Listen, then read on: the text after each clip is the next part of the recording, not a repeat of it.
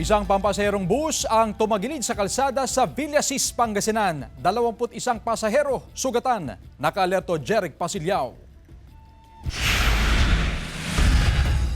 Sa kuha ng amateur video na ito, makikita ang isang bus na nakatagilid sa gilid ng National Highway sa bahagi ng Barangay Unzad, Villasis, Pangasinan. Sa investigasyon, may iniwasan daw na isang sasakyan sa harapan ng bus hanggang sa nadulas sa kalsada, bunsod ng pagbuhos ng malakas na ulan kagabi. Dahil dito, sumadsad sa metal and concrete railings ang bus hanggang sa dumausdos ito ng ilang metro. Natumba pa ang isang poste ng solar light.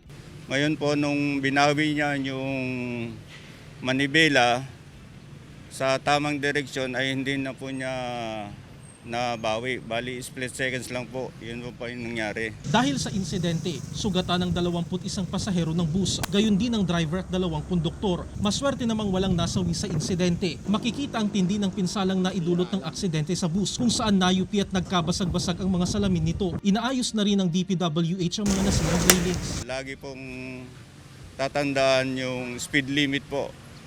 Lalo na po kung umulan ay madulas. Sinubukan ng GMA Regional TV 1 North Central Luzon na kunan ng pahayag ang mga tauhan ng bus company na nasa lugar kanina. Subalit tumanggi silang magbigay ng pahayag. Ngunit ayon sa pulisya, sasagutin daw ng pamunuan ng bus company ang pagpapagamot sa mga pasahero. Sabi ng PNP, wala na sa kustudiya ng Villasis Police Station ng driver ng bus dahil wala pa raw nagsasampa ng reklamo. Kasama si Daryl Peralta, Jeric Pasilyao.